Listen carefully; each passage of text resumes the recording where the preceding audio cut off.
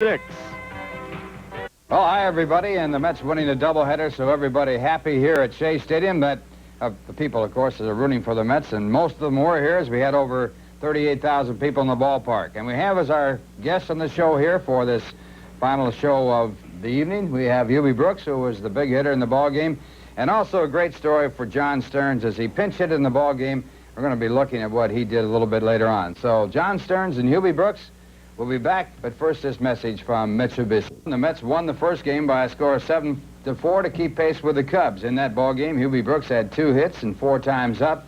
The Mets, though, got behind in that second ball game 5-1, and then the drama unfolded. The batter was John Stearns with 2 men out in the 4th inning. The first time John has been at bat in a long, long time.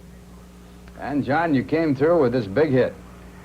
Ralph, it was kind of amazing. I got ahead in the count on him 2-0, and I don't really even remember what happened after that. I know that I got a fastball down and out over the plate, and I saw it coming, and the next thing I knew, I had hit the ball real well in the gap, and I was standing on second base. I was kind of like on cloud 9 out there. What were you thinking about at the plate? Anything special?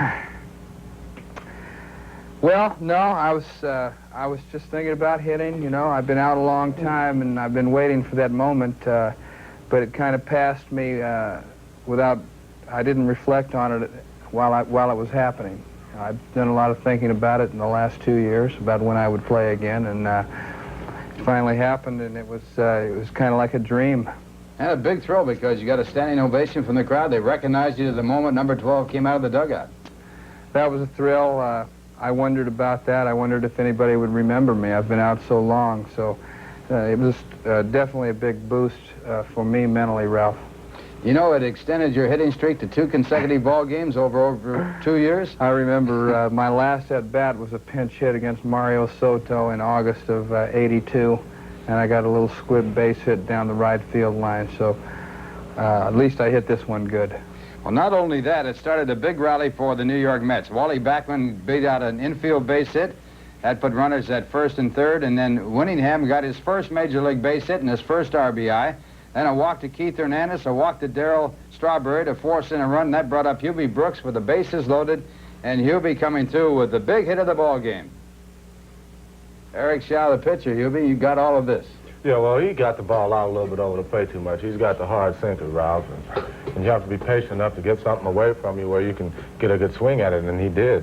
He got it out over the plate a little bit, and again, I was ahead of the count, and he had to come over the plate, the bases loaded, and in that situation, you have to be ready to let all guns fly.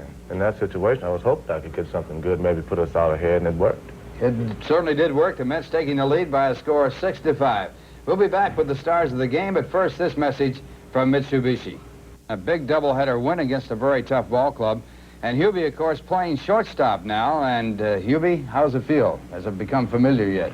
Well, I still feel strange, but the good part about it is every night I've gone out there, I've felt a little bit better every night. And I think if I'm going to play there, I'll get better with time, and I'll get used to the position once again. I haven't played the position in like 5 years, and everything is coming back to me slowly but surely. And right now, the more I play, the better I feel. And certainly it hasn't hurt your hitting. You had 3 hits in the second game to go with your 2 in the first, and that's one of the problems you worry about when you change positions. You start thinking about the position rather than the ball game. Yeah, but now I've been in the league long enough. I'm a veteran now, and I shouldn't let things like that affect me. I have to go out and I have a job to do. If we want to win this thing, we can't let certain things bother us. We have to go out and stay on our game and do what we do best, and that's what I'm going to try to do. Well, John Stearns, you're back in the act again. Got to feel good about that. We hope you play a lot. Ralph, I'm looking forward to catching. I think I'm ready to catch. I'm not going to rock the boat.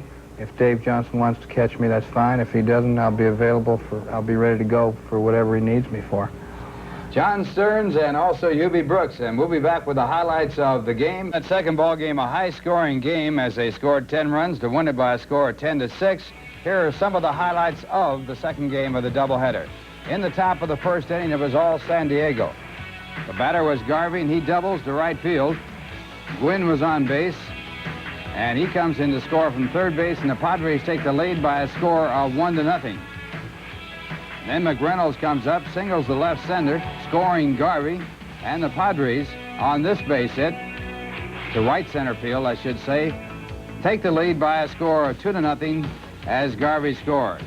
Then in the top of the third with 2 men out, Garvey at first base. Nettle singles to right field. The ball bounces away from Strawberry. It scored an error on Darrell, and on the play, Garvey comes all the way around to score, and it makes it a 3-0 ball game in favor of the Padres. In the bottom of the third with 1 out, Strawberry singles to center field. Backman comes in to score, and the Mets have their first run of the ball game. It's Padres 3 and the Mets 1. In the top of the fourth, Kennedy takes one.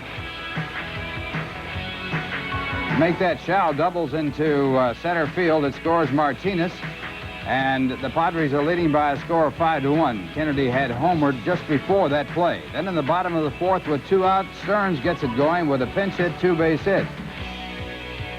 Then in the bottom of the fourth inning, it's Hubie Brooks with the bases loaded, and the Mets take the lead by a score of 6-5 as 3-run score. Hubie, trying to make a triple out of it, is thrown out as he tries to go into third base on the throw by the relay man right here. In the bottom of the fifth inning with 1 out, Heap on third base. Hodges bounces a ground ball to Salazar, the shortstop, who throws home and the throw in the dirt and error charged in the play.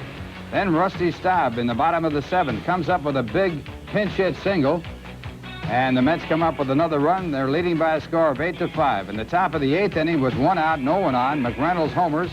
Ball hit out of the ballpark, and it's now an 8-6 ball game. The home run served up by Jesse Orozco.